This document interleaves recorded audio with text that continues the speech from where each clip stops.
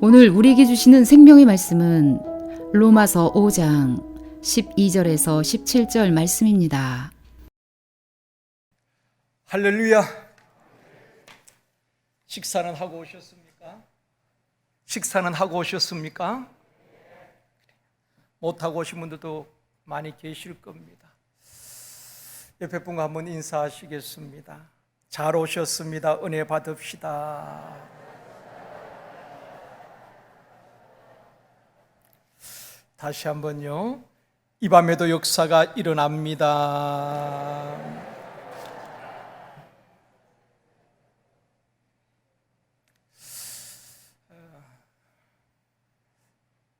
시온 찬양대뿐 아니고 예루살렘 할렐루야 찬양 대원들도 집회 때 잘 참석하시지만은 제가 보기에는 시온 찬양대 대원들은 찬양에 상관없이 예배 자리에 잘 참석하셔요.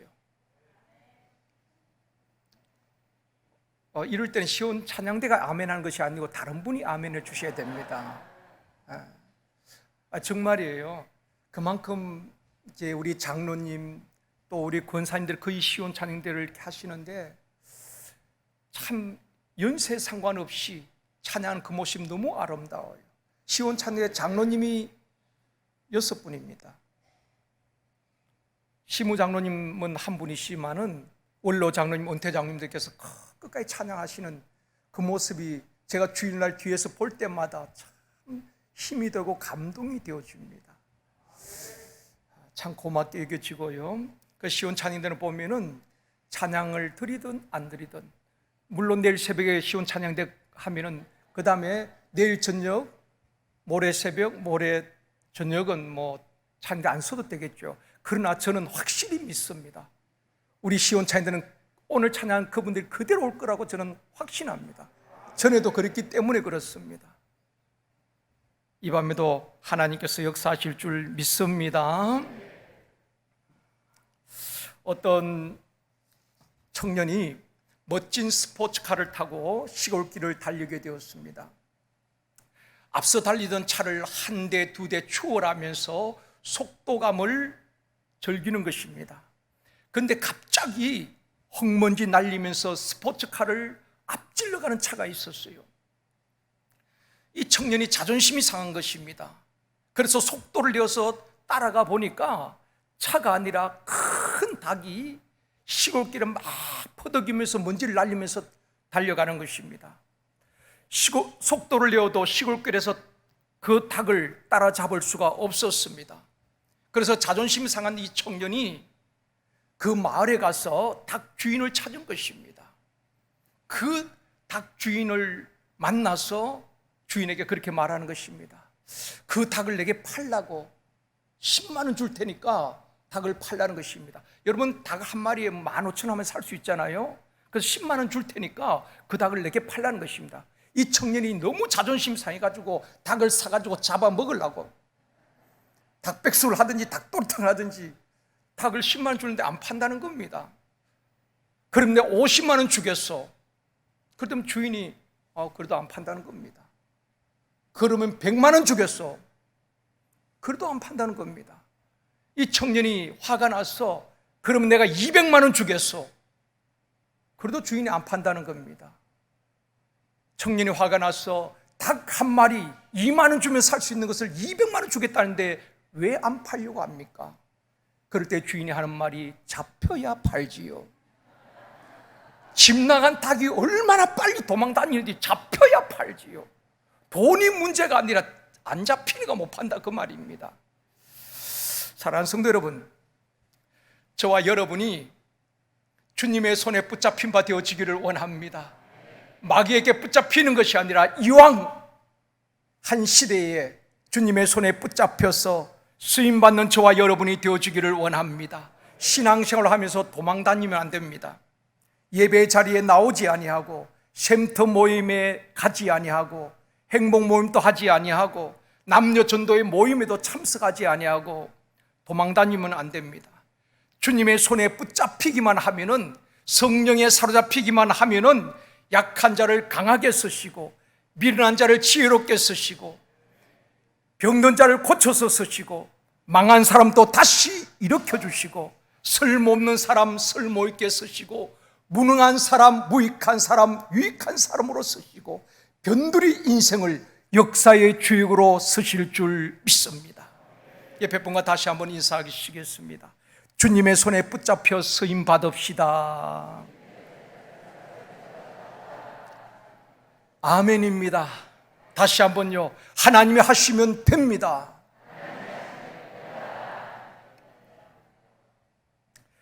성의 둘째 날 저녁 시간에 십자가의 은혜를 경험하라 하는 제목으로 말씀을 드리려고 합니다. 여러분, 오늘 본문에 보면 중요한 두 단어가 나옵니다. 여러분 찾으셨는지 모르겠습니다만 오늘 본문을 쭉 읽어보면 우리가 주목해야 될 두 단어가 율법이란 단어와 은혜란 단어입니다. 그래서 율법이란 단어가 계속 나오고 은혜란 말이 계속 나오고 있습니다. 여러분, 율법이 무엇입니까? 자, 책자 너무 보지 마시고 저를 보시길 바랍니다. 율법이 무엇입니까? 율법은 언제 주어졌습니까? 여러분, 율법과 은혜에 대해서 확실하게 정리할 수 있기를 원합니다. 율법은 지금부터 3,500년 전, 주전 1,500년 전 모세를 통해서 주어진 하나님의 말씀, 율법을 주셨습니다. 이스라엘 백성들이 출애굽한 지 석 달 만에 시내 광야에 도착하게 되지요. 시내산 아래에 머물렀을 때 하나님께서 모세를 불렀습니다. 모세는 시내산 위에 올라가게 되지요. 거기서 40일 동안 하나님께서 친히 강림하셔서 말씀을 하셨습니다. 출애굽기 20장 1절 2절 말씀입니다. 같이 읽겠습니다. 하나님이 이 모든 말씀으로 말씀하여 이르시되 나는 너를 애굽 땅 종되었던 집에서 인도하여 낸 내 하나님 여호와니라. 하나님께서 이스라엘 백성과 시내산에서 언약을 맺게 되는 것입니다. 하나님은 이스라엘의 백성이 되어지고 이스라엘 백성들은 하나님의 백성이 되어진다는 언약을 맺게 된 것입니다. 그렇다면 이스라엘 백성들이 하나님의 백성이 되었으면 하나님 백성답게 살아야 되는 것입니다. 그러면 하나님의 백성이 세상에서 어떻게 살아야 하는가? 하나님께서 하나님의 백성들이 살아야 할 기준, 법을 주셨는데 그것이 율법이란 말입니다. 우리는 대한민국 시민권자입니다. 대한민국 국민은 대한민국의 법을 지켜야 되는 것입니다. 그렇죠? 법을 어기면은 감옥에 가기도 하고 범칙금을 내기도 하는 것입니다. 하나님께서 그 이스라엘 백성들과 언약하면서 하나님의 백성들은 이렇게 살아야 된다. 법을 주셨는데 그것이 율법이란 말입니다. 13절에 말씀합니다. 같이 읽겠습니다. 죄가 율법 있기 전에도 세상에 있었으나 율법이 없었을 때에는 죄를 죄로 여기지 아니하였느니라. 자, 시내산에서 하나님께서 율법을 주시기 전에 죄가 있었어요? 없었어요? 있었다고 말하십시오. 있었어요? 없었어요? 있었습니다. 답을 알려주니까 그냥 그대로 이야기하십시오. 또 무슨 함정이 있겠지. 그냥 답을 알려주면 그대로 대답하시면 됩니다. 율법이 주어지기 전에도 죄가 있었습니다. 그런데 죄를 죄로 여기지 아니하였다라고 말하고 있습니다. 설명드릴게요. 모세 이전에 노아는 한참 전의 사람이지요. 그런데 노아 시대의 성경에 보면은 죄가 관영하였다고 말하고 있습니다. 그래서 하나님께서 노아 시대에 심판하셨잖아요. 그때는 율법이 주어지지 않았습니다. 그런데 그 시대에 죄가 있었다는 것입니다. 그러나 죄를 죄로 여기지 않았습니다. 스쿨존에 가면은 30km로 속도를 제한합니다. 그런데 그런 법이 제정되기 전에는 학교 앞 스쿨존에도 50km를 달려도 100km를 달려도 범칙금 날아오지 않습니다. 근데 스쿨존에서는 30km로 제한한 법이 제정된 다음에는 50km로 속도를 위반하게 되어지면은 범칙금이 날아오는 것입니다. 죄가 성립이 된다는 것입니다. 하나님께서 이스라엘 백성들에게 그러면 율법을 주신 목적이 무엇이냐? 율법이 없을 때는 우리가 죄를 죄로 여기지 않았습니다. 우리가 죄인인 줄 몰랐다는 것입니다. 그러면 율법의 주신 목적이 뭔가 하면은 로마서 3장 20절에 말씀합니다. 같이 읽습니다. 이러므로 율법의 행위로 그의 앞에 어렵다 하심을 얻을 육체가 없나니 율법으로는 죄를 깨달아. 율법으로는 뭘 깨달아요? 죄를 깨닫는 것입니다. 하나님의 백성은 이렇게 살아야 된다고 법을 주셨는데 그 율법을 어기는 것이 죄인 것입니다. 율법은 죄를 깨닫게 한다고 말씀하고 있습니다. 율법은 마치 엑스레이와 같은 것입니다. 엑스레이를 찍으면은 내 몸의 상태를, 폐의 상태를 알 수가 있는 것입니다. 어디에 문제가 있는지, 어디에 병이 들었는지 엑스레이를 찍어보면 알 수 있잖아요. 그래서 병을 고치고 치료하려면은 어디가 병들었는지, 어디가 아픈지 알아야 치료를 할 수가 있습니다. 그래서 엑스레이를 찍고 CT를 찍고 MRI를 찍고 피검사를 하는 것입니다. 그런데 엑스레이를 찍는다고 해서 병이 낫는 것은 아니지요? 그렇죠. 엑스레이는 내 몸, 눈에 보이지 않는 내 안에 장기들의 상태를 보여줄 뿐입니다. 어디가 문제가 있는지, 어디가 혹이 있는지 그것을 보여주는 것입니다. 그런데 엑스레이를 찍는다고 병이 낫는 것은 아닙니다. 율법으로 구원받는다고 주장한 율법주의자들은 마치 엑스레이를 찍으면 병이 낫는다고 주장하는 것과 같다는 것입니다. 율법의 기능은 죄를 깨닫게 하는 것이지 죄를 해결해 주는 것이 아니란 것입니다. 율법을 통해서 우리는 자신이 죄임을 깨닫게 되는 것입니다. 하나님께서 이렇게 살라고 말씀하셨는데 그 말씀대로 살지 못할 때 이것은 잘못된 것이구나, 이것이 죄구나. 율법은 죄를 깨닫게 하는 것입니다. 율법이 우리의 죄를 해결하지는 것이 아니라 이 말입니다. 이 문제를 이해해야지 오늘 본문을 여러분이 이해할 수 있습니다.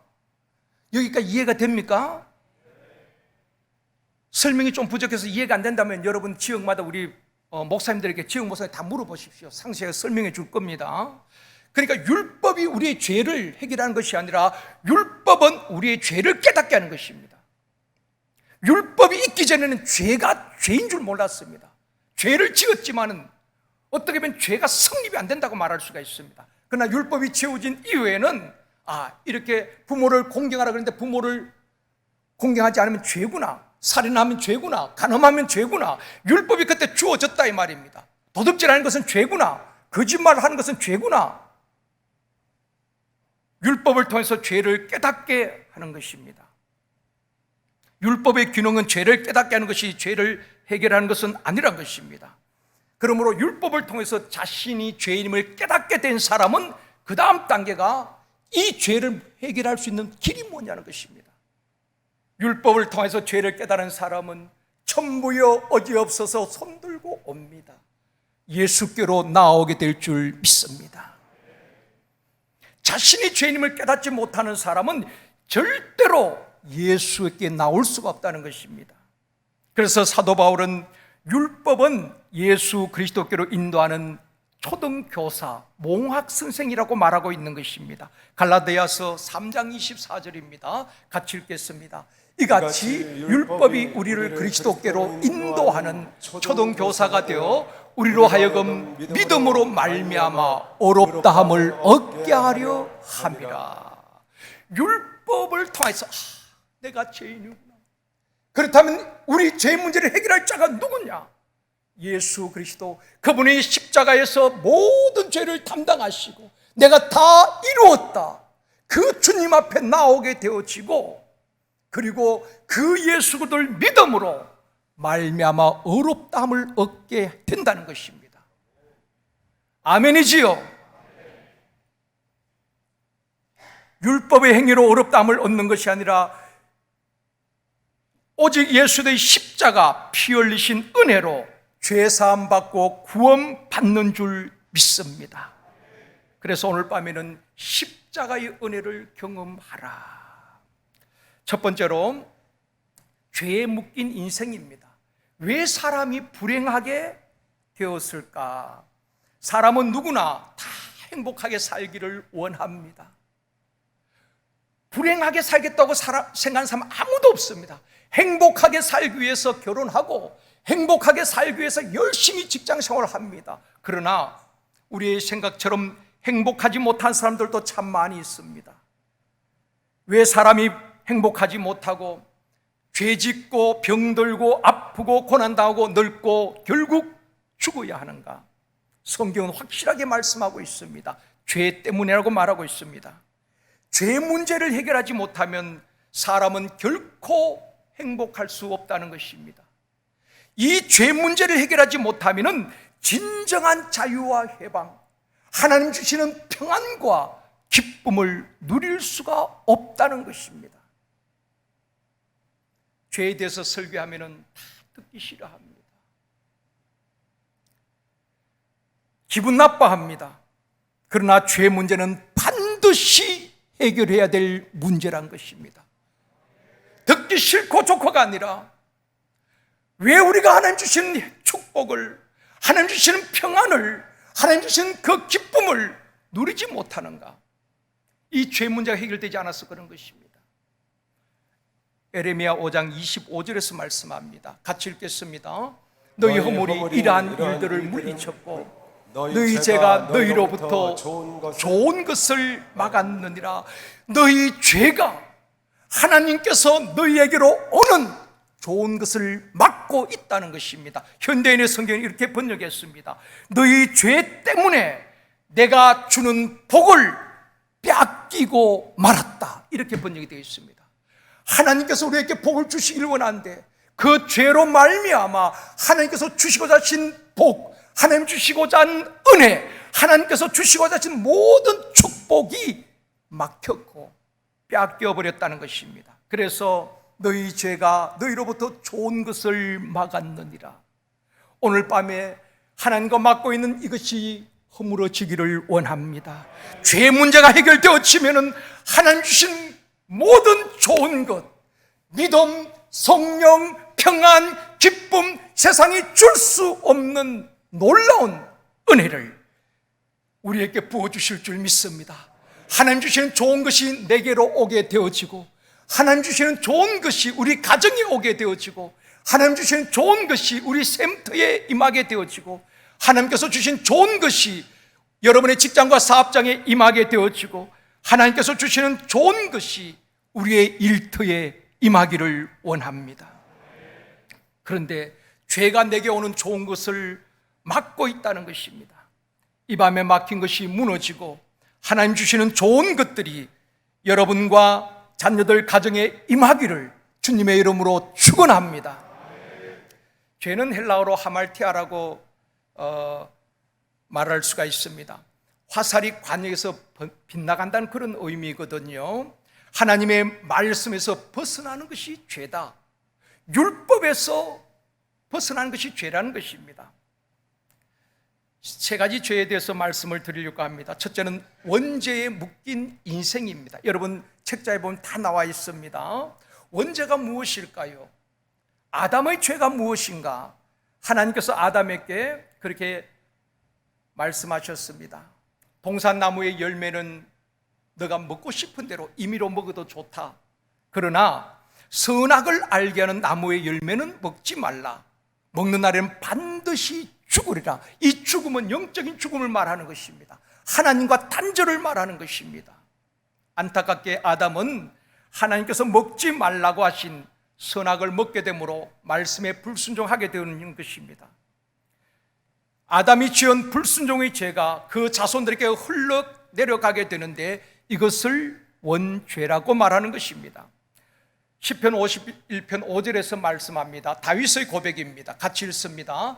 내가 죄악 중에서 출생하였으며 어머니가 죄 중에서 나를 잉태하였나이다. 다윗의 고백인데 내가 죄악 중에서 잉태되고 출생했다는 것입니다. 내가 태어나서 죄를 지음으로 죄인이 된 것이 아니라 내가 태중에서부터 죄인으로 태어났다. 원죄를 안고 태어났다는 것입니다. 하나님께서 손대지 말라는 것을 손대면 안 되는 것입니다.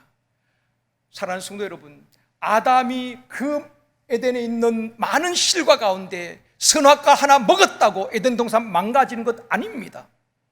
문제는 하나님께서 손대지 말라는 것에 손을 댔다는 것입니다. 성도들은 두 가지 법칙을 잘 지켜야 됩니다. 하나는 6분의 1 법칙입니다. 제가 하는 말입니다. 6분의 1 법칙은 여세 동안 힘써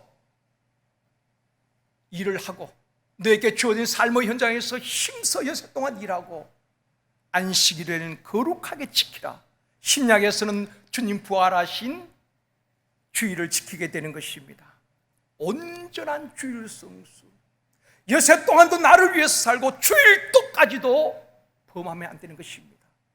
주일은 손대면 안 되는 것입니다. 온전한 주일 성수, 온전하게 하나님 앞에 온전한 예배의 성공자가 되어질 때에 하나님께서 하늘 문을 열어주실 줄 믿습니다. 사랑하는 성도 여러분, 코로나로 무너져버린 이 시대에 우리의 예배가 회복되어지기를 원합니다. 온전한 주일 성수. 오늘 국민일보에 그런 기사가 미션날이 났더라고요. 한국교회 전체에 교단과 교파를 초월하여서 코로나 이전과 코로나를 통과한 2년 6개월 지난 시점에서 평균 20%가 다 떨어졌다는 것입니다.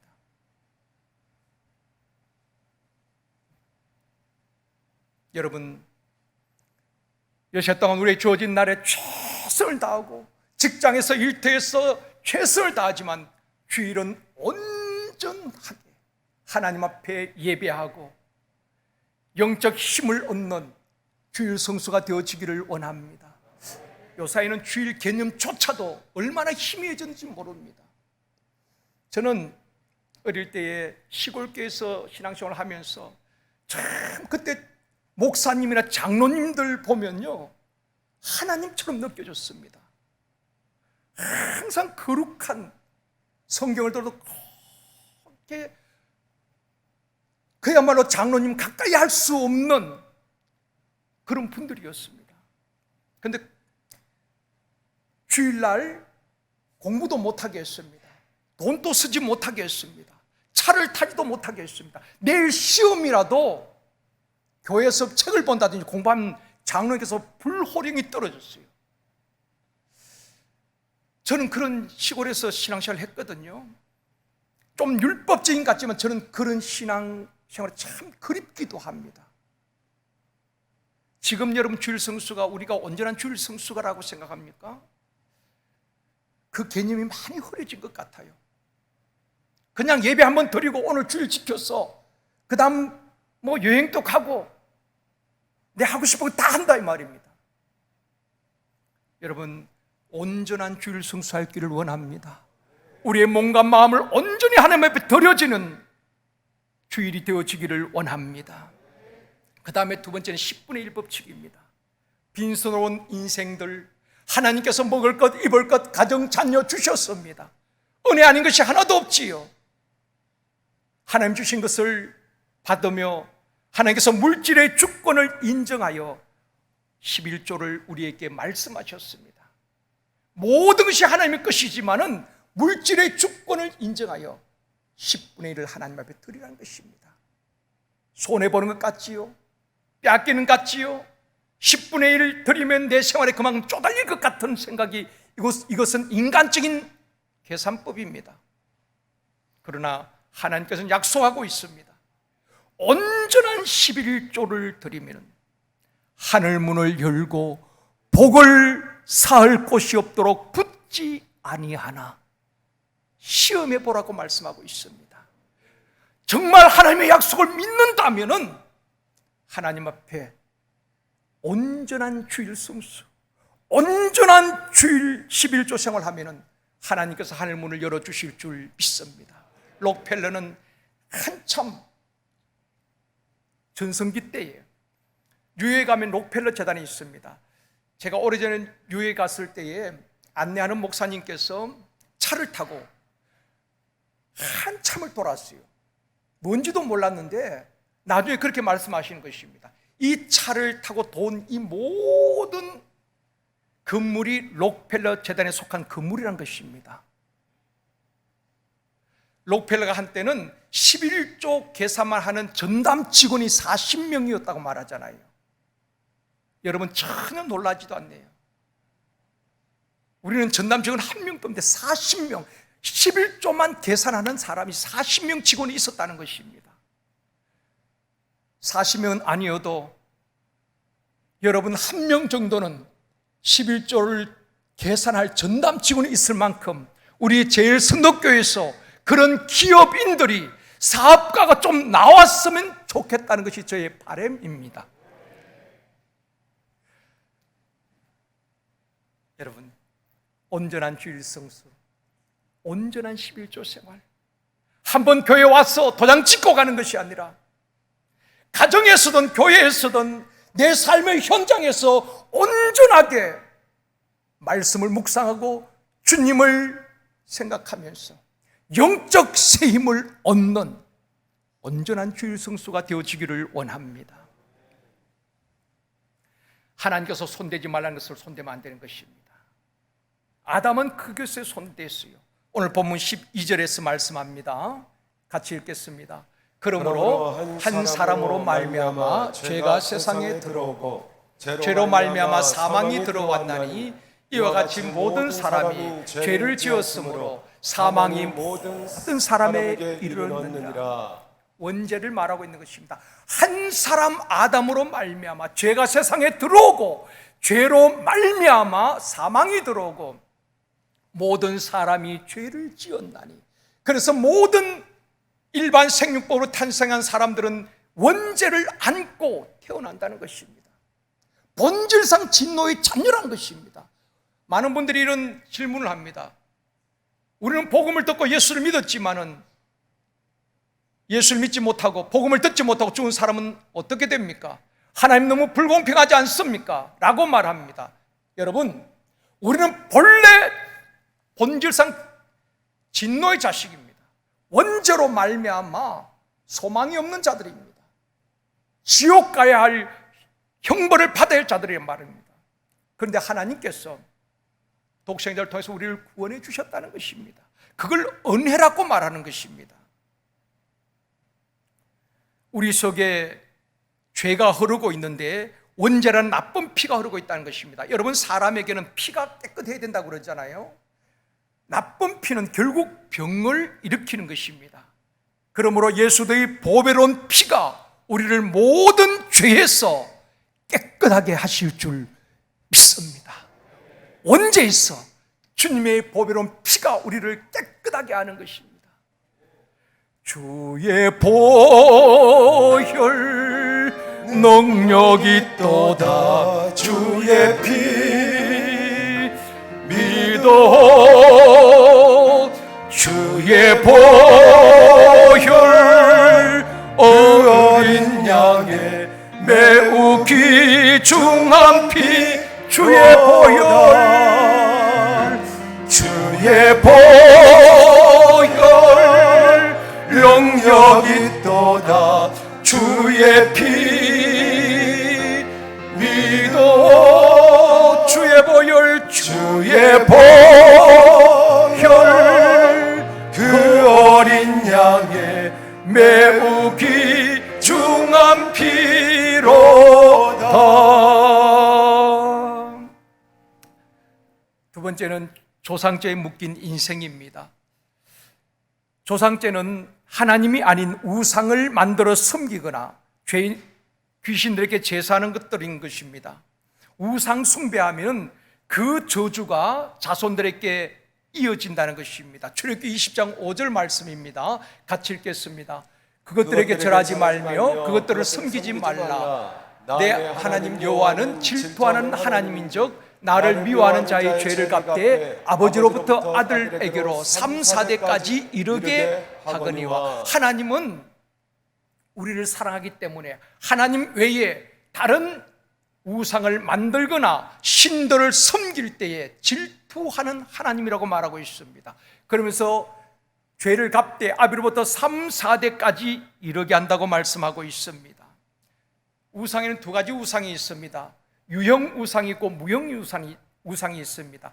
유형 우상은 눈에 보이는 것을 말하지요. 형상을 말합니다. 나무나 돌, 금송아지를 만들어 놓고 우리를 애굽에서 인도한 신이라고 섬기는 것입니다. 그런가 하면은 무형 우상이 있습니다. 현대인들에게 눈에 보이지 않지만은 이념이나 사상이나 이런 눈에 보이지 않는 것을 신처럼 섬기고 있는 것입니다.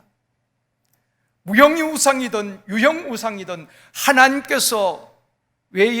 외에 다른 신을 섬기는 것을 하나님께서 싫어하신다는 것입니다. 3, 4대까지 저주가 내려가면은 그 가문은 완전히 망하는 것입니다. 그런가 하면은 출애굽기 20장 6절에서 이렇게 말씀합니다. 같이 읽겠습니다. 나를 사랑하고 내 계명을 지키는 자에게는 천대까지 은혜를 베푸느니라. 하나님을 사랑하고 그 계명을 지키는 자에게는 천대까지 자손 대대로 하나님께서 은혜를 베푸신다고 말씀하고 있습니다. 사랑하는 성도 여러분, 은혜와 축복이 천대까지 자녀 손손 대대로 흘러가는 신앙의 명문 가문이 되어지길 주님의 이름으로 축원합니다. 홍수 심판 이후에 노아가 포도주를 취해서 벌거벗은 제 장막에서 잠이 들었습니다. 둘째 아들 함이 먼저 보았지요. 함이 셈과 야벳에게 알립니다. 그러나 함은 그 옷을 걸치고 뒷걸음쳐 들어가서 아버지 하체를 덮어주고 나오게 됩니다. 술에서 깨어난 노아가 어떻게 합니까? 창세기 9장 24절 25절 말씀 같이 읽습니다. 노아가 술에 깨어 그 작은 아들이 자기에게 행한 일을 알고 이에 이르되 가나안은 저주를 받아 그의 형제의 종들의 종이 되기를 원하노라 하고. 노아가 술에서 깨어서 함을 저주하는데 함이라고 말하지 않고 가나안은 저주를 받아 그 형제의 종들의 종이 되기를 원한다. 가나안이 누굽니까? 함의 아들이거든요. 아버지가 잘못했는데 아들이 저주를 받게 된다는 것입니다. 자녀들과 후손들에게 저주가 아니라 은혜와 축복이 흘러가기를 주님의 이름으로 축원합니다. 세 번째는 자범죄에 묶인 인생이 있습니다. 자범죄는 육체의 소욕을 따라 스스로 범하는 죄를 말하는 것입니다. 저와 여러분이 이 자범죄를 우리가 많이 범하게 되는데, 자범죄는 어떤 것인가? 갈라디아서 5장 19절 말씀입니다. 같이 읽습니다. 육체의 일은 분명하니 곧 음행과 더러운 것과 호색과. 음행, 더러운 것, 호색은 육체의 정욕을 말하는 것입니다. 육체의 정욕을 따라 사는 것을 말하는 것입니다. 그 다음 20절에도 말씀합니다. 우상 숭배와 주술과 원수 맺는 것과 분쟁과 시기와 분냄과 당 짓는 것과 분열함과 이단과. 자, 여러분 여기에 보면 우상 숭배가 다시 나옵니다. 하나님보다 더 사랑하는 것, 이런 것이 다 우상이 될 수가 있지요. 그리고 주술은 점이나 사주, 팔자, 관상, 굿, 부적, 토정, 비결 보는 것, 오늘의 운세, 이런 것 다 주술에 해당하는 것입니다. 어떤 분들은 신문에 오늘의 운세를 늘 보는 분들이 있다고 그래요. 예수를 믿어도 오늘 운세를 보고 오늘은 좋은 일이 있을 것이다 그러면 할렐루야, 주여 그대로 될 줄 믿습니다. 그런데 오늘은 차를 조심해야 할 것 같다 그러면은 예수 이름을 명하는 귀신은 떠나갈지어다. 오늘의 운세를 보고 그렇게 살아간다면 다 주술에 묶인 인생들인 것입니다. 그 다음에 원수 맺는 것이라고 말하고 있습니다. 삐뚤어진 감정에서 나타난 현상이 원수 맺는 것입니다.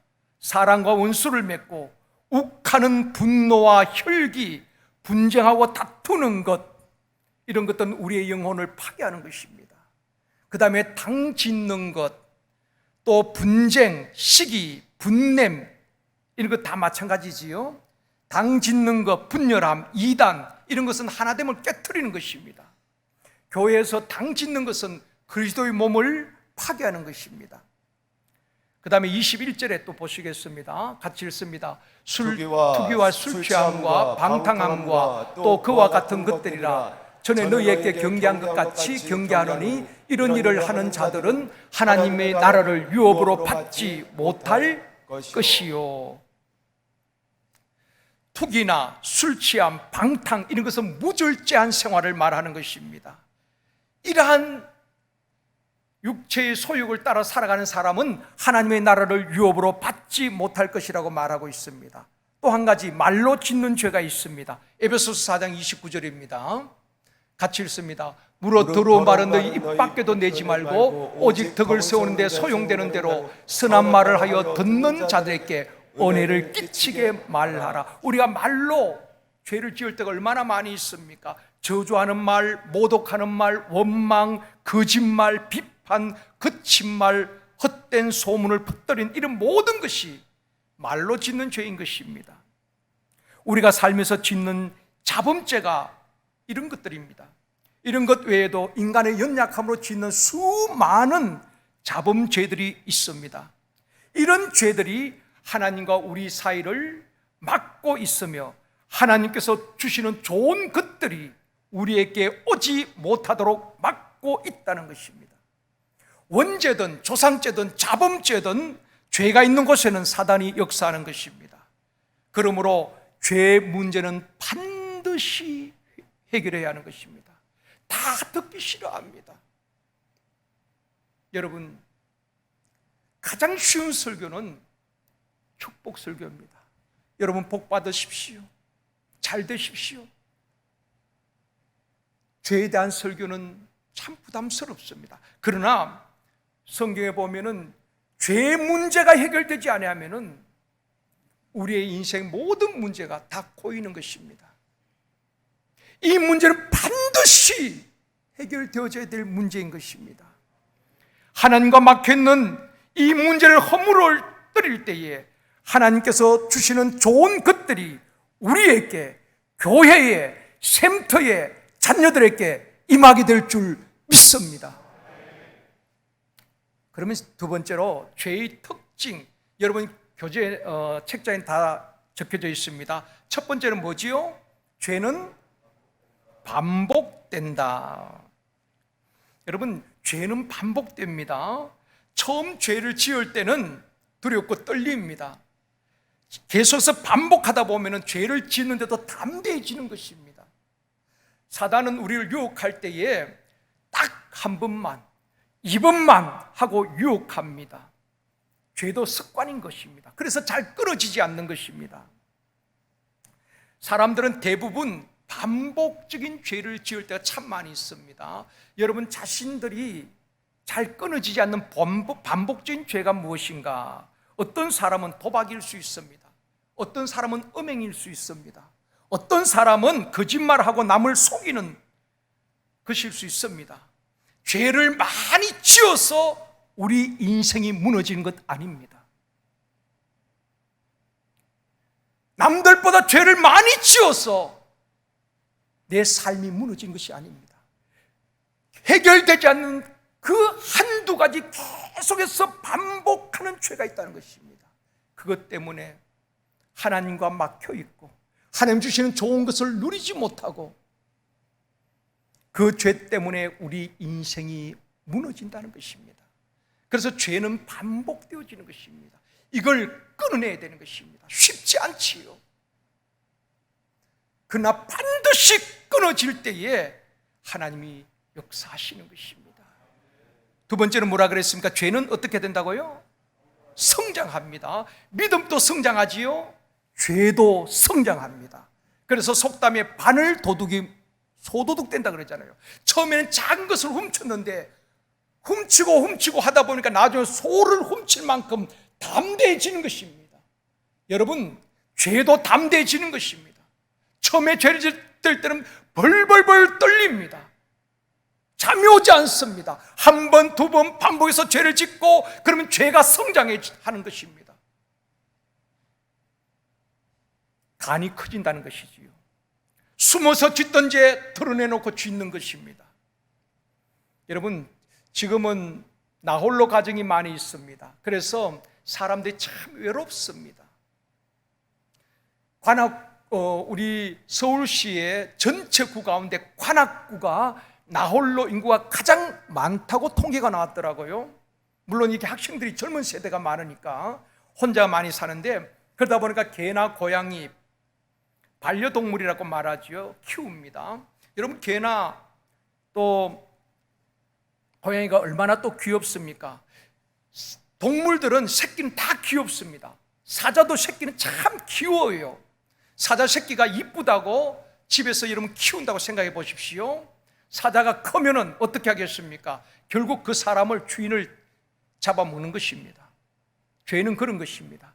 작은 것도 용납하고 죄를 키우다 보면 죄가 내 안에서 성장하는 것입니다. 하나님께서 주시는 좋은 것을 막을 뿐 아니라 결국 그 죄가, 내가 키운 죄가 내 인생을 삼켜 버린다는 것입니다. 세 번째는, 죄는 어떻게 된다 그랬습니까? 전염된다 그랬습니다. 귤과 사과가 썩으면은 곤란해지요. 왜 그렇습니까? 썩은 것은 옆에 것을 또다시 썩게 만드는 것입니다. 죄는 전염성이 있습니다. 죄 짓는 사람을 가까이 하면 죄를 짓게 되는 것입니다. 죄 짓는 자리에 가까이 하게 되면 죄를 짓게 된다는 것입니다. 그래서 죄는 멀리하고 피해야 되는 것입니다. 경험으로 이기는 것이 아니란 말입니다. 이번만 죄를 짓고 내가 다시는 죄를 짓지 않겠다, 그렇게 되지 않습니다. 얼마나 죄성이 강한지 모릅니다.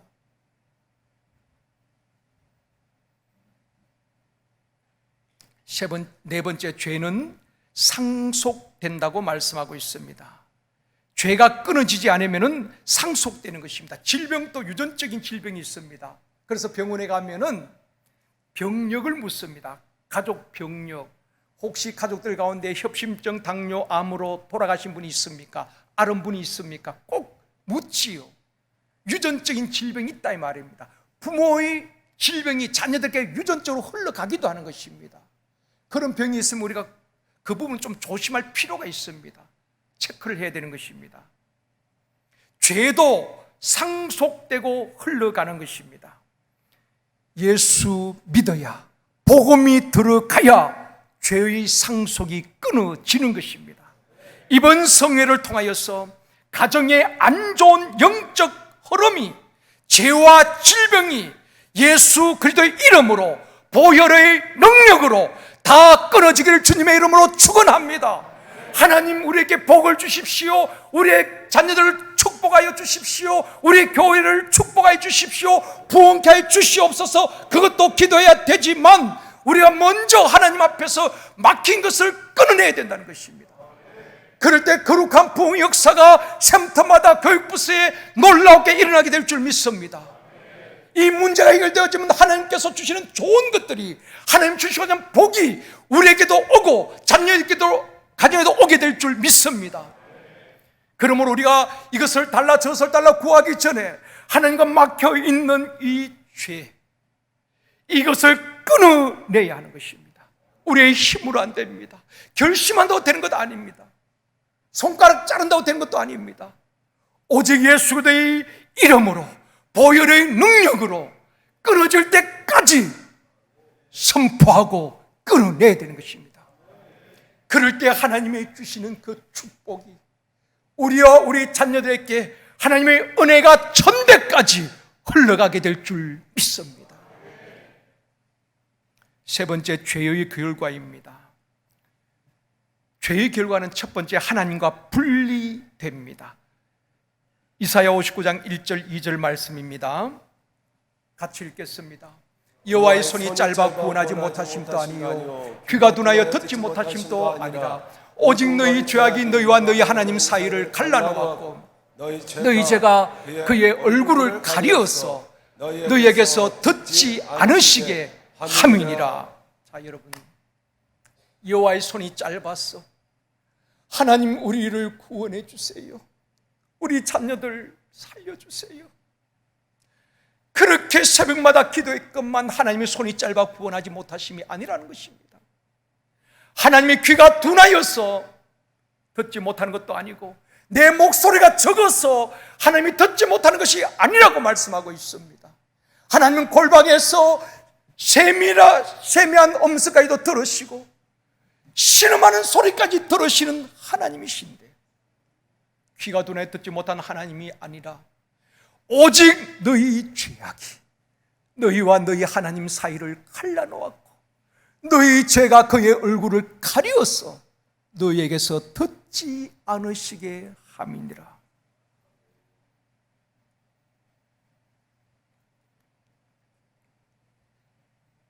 저는 처음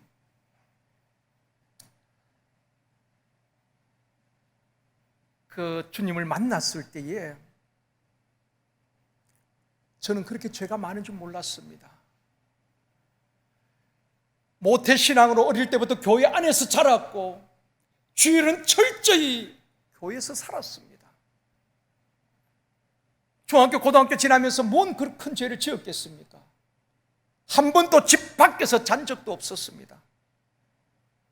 차가 끊어지면 그릇이라도 집에 와서 그렇게 잠을 자고, 그런데 하나님께서는요 저를 만나 주시기 전에 저는 그냥 하나님을 만나겠다고 올라갔는데 하나님은 3일 동안 적나라하게 저의 죄를 보여주시면서 회개를 시키는 것입니다. 철저하게 그냥 영상을 보여주듯이 보여주고 그것을 눈물 흘리며 회개할 때에 지나가게 되어지고 또 다른 한 컷이 보여지면서 그걸 또 회개하는데요, 정말 내 이 작은 눈에서 그런 눈물이 어디서 나오는지 모를 만큼 성령님께서 울리면서 회개를 시키는데 3일 동안을 그렇게 회개를 한 다음에 하나님께서 저를 인격적으로 만나 주셨습니다.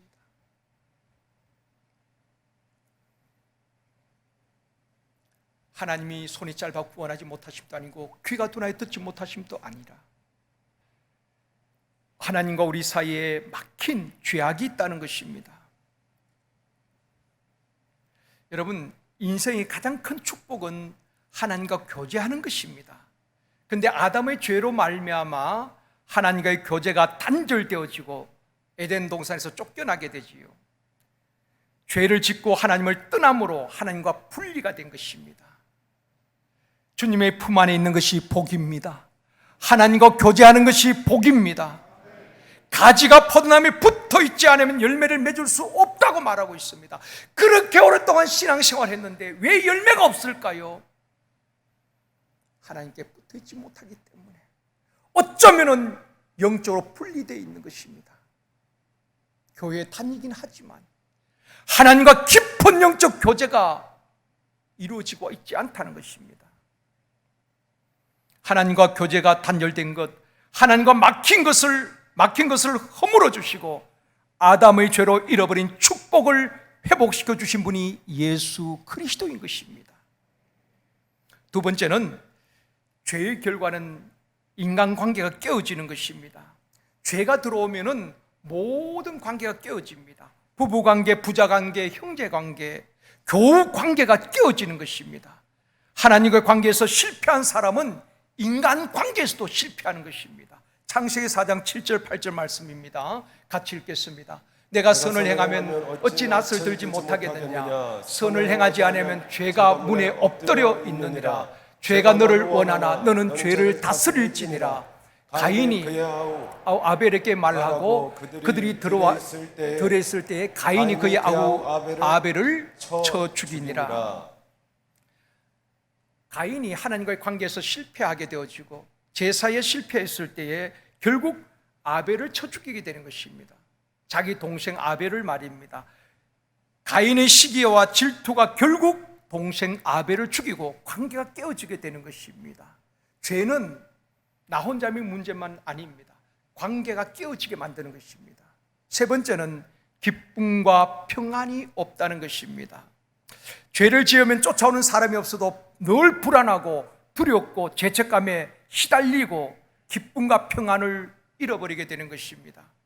예수를 믿어도 기쁨이 없다면, 교회를 다녀도 평안이 없다면 하나님과의 관계를 점검해야 합니다. 우리가 살면서 기쁨이 있어야 합니다. 죄에도 낙이 있다고 하잖아요. 그러나 기쁨과 평안을 잃어버리게 되는 것입니다. 하나님이 주시는 기쁨과 평안이 회복되어지기를 원합니다. 데살로니가전서 5장 16절 18절 말씀입니다. 같이 읽습니다. 항상 기뻐하라, 쉬지 말고 기도하라, 범사에 감사하라. 이것이 그리스도 예수 안에서 너희를 향하신 하나님의 뜻이니라. 이번 성령을 통해서 기쁨이 회복되어지기를 원합니다. 기도가 회복되어지기를 원합니다. 감사가 회복되어지기를 주님의 이름으로 축원합니다. 네 번째, 죄의 결과는 죽음이란 것입니다. 로마서 6장 23절입니다. 죄의 삭선 사망이요 하나님의 은사는 그리스도 예수 우리 주 안에 있는 영생이라. 죄의 삭선 사망이라고 말하고 있습니다. 사람은 원래 영생하도록 지원받았죠. 그러나 아담의 죄로 말미암아 사망이 들어오고 그 죄 때문에 사람은 영적인 죽음이 오고 육적인 죽음이 오고 결국 심판을 받게 되는 것입니다. 모든 사람이 죽는다는 것은 모든 사람이 죄인이기 때문에 그런 것입니다. 마지막 네 번째로 십자가의 은혜를 경험하라. 그러면 이 죄 문제를 어떻게 해결할 수 있는가? 여러분 답은 다 알고 있습니다. 요한 1서 7절과 9절 말씀입니다. 같이 읽겠습니다. 그 아들 예수의 피가 우리를 모든 죄에서 깨끗하게 하실 것이요 만일 우리가 우리의 죄를 자백하면 그는 미쁘시고 의로우사 우리의 죄를 사하시며 우리를 모든 불의에서 깨끗하게 하실 것이요. 예수의 피가 우리를 모든 죄에서 깨끗하게 하실 것이요. 지식적으로 아는 것이 아니라 믿음으로 받아들여야 되는 것입니다. 태초에 창세기에서 아담의 죄로 말미암아 흘러온 그 죄가 예수 그리스도로 말미암아 해결되어지는 것입니다. 어떤 분이 이런 말을 했습니다. 성경을 짜고 짠다면 마지막에 피가 나온다.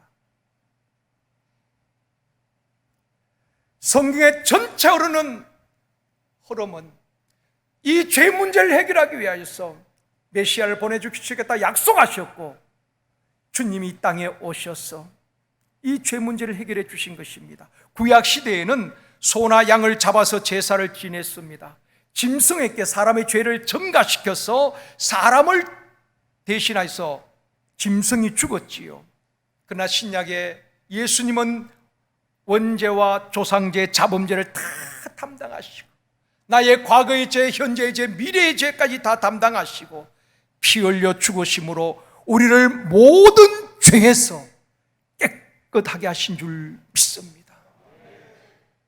그래서 십자가에 흘리신 피로서 우리가 깨끗하게 되었고 죄에서 자유하게 된 것입니다. 요셉은 죄를 단호하게 거절을 합니다. 보디발 아내가 유혹할 때에 창세기 39장 10절에서 이렇게 말씀합니다. 같이 읽습니다. 여인이 날마다 요셉에게 청하였으나 요셉이 듣지 아니하여 동침하지 아니할 뿐더러 함께 있지도 아니하니라. 그 청년 요셉에게 보디발 아내가 유혹할 때에 듣지도 아니하고 동침하지도 아니할 뿐더러 함께 있지도 아니하였다. 죄짓는 자를 가까이 하지도 않았다는 것입니다. 결국 누명을 쓰고 감옥에 가긴 했지만 요셉은 자신에게 다가오는 그 죄의 유혹을 물리치는 것입니다. 그리고 에베소서 5장 18절에도 말씀합니다. 같이 읽겠습니다. 술 취하지 말라 이는 방탕한 것이니 오직 성령으로 충만함을 받아라. 성령으로 충만해야 죄를 이길 수가 있습니다. 십자가의 보혈로 다 주님이 해결하여 주셨지만은 우리는 또 연약하여서 또 넘어질 때가 얼마나 많이 있습니까? 엄밀하게 죄를 지음으로 또다시 하나님 주시는 그 은혜와 평강을 잃어버릴 때가 얼마나 많이 있습니까? 그러므로 성령 충만해야 죄를 이길 수가 있는 것입니다. 이번에 성령으로 충만하여서 죄를 넉넉히 이길 수 있기를 원합니다.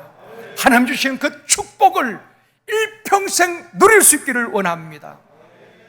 술 취한 사람과 성령에 취한 사람의 공통점이 있다고 말합니다. 첫 번째는 술 취한 사람이나 성령에 취한 사람의 공통점은 말이 많다고 말합니다. 술 취한 사람들이 말이 많아지지요. 평소에 그렇게 말이 없던 점잖은 분들도 술만 들어가면은 말이 많아진다고 말합니다. 그래서 집에 들어와서도 가족들을 깨워놓고 옛날 이야기, 했던 이야기 또 하고 그래서 그걸 굉장히 이렇게 술 좋아하는 분들 가족들이 힘들어한다고 합니다. 성령에 취한 사람도 복음을 전하는데 말이 많아지는 것입니다. 그런 공통점이 있다고 합니다. 또 한 가지 공통점은 술에 취한 사람이나 성령에 취한 사람은 노래를 한다고 합니다. 술 취한 사람은 밤새도록 전봇대를 붙들고 홍도야 울지 마라 노래하잖아요.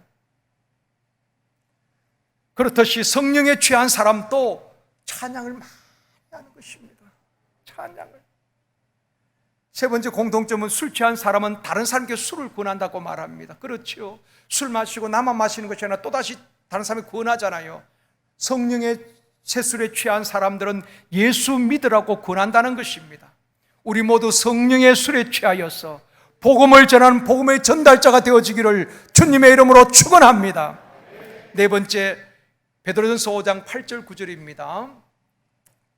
같이 읽습니다. 근신하라 깨어라 너희들 중 마귀가 우는 사자같이 두루다니며 삼킬 자를 찾나니 너희는 믿음을 굳건하게 하여 그를 대적하라. 이는 세상에 있는 너희 형제들도 동일한 고난을 당하는 줄 알미라. 죄를 짓게 하는 마귀를 대적해야 하는 것입니다. 그래서 성경에 보면 마귀를 대적하라고 말하고 있는 것입니다.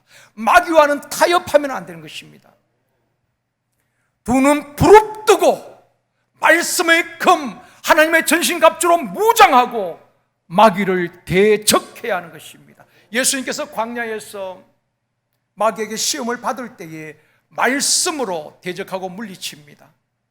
그때 마귀는 예수를 떠나고 천사들이 나와서 수종드니라고 말씀하고 있습니다. 사랑하는 성도 여러분, 마귀를 대적하고 승리할 때에 십자가의 은혜를 경험하게 되어지고 참된 자유와 해방, 평안과 기쁨을 누리게 될 줄 믿습니다. 말씀을 정리하게 하겠습니다. 사랑하는 성도 여러분,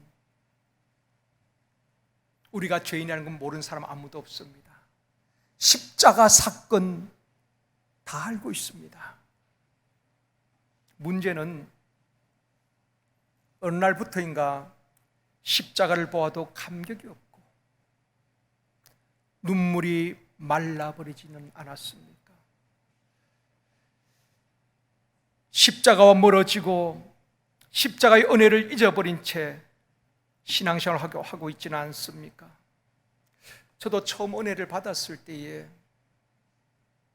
아마 여러분도 그런 추억들이 다 있을 것입니다. 예수님 생각만 해도 그 이름 불러만 봐도 그렇게 눈물이 나고 좋을 수가 없었습니다. 찬송가를 부르면서 얼마나 울었는지 모릅니다. 나 같은 죄인 살리신 그 은혜 놀라워. 찬송만 불러도 눈물이 나고 교회 가는 것이 그렇게 좋고 목사님이 마침 하나님처럼 보이고 장로님이 하나님처럼 보였습니다. 그분들의 말이 곧 하나님의 말씀처럼 들렸습니다. 죄를 지으면 죽는 줄 알았습니다. 교회 가는 것이 좋고 주일이 그렇게 기다려졌는데, 성도들 만나면 그렇게 좋았는데, 어느 순간부터 감격이 사라지고 눈물이 메말라버리고 열심히 사역은 하긴 하지만 의무감과 책임감으로 하고 있지는 않은가.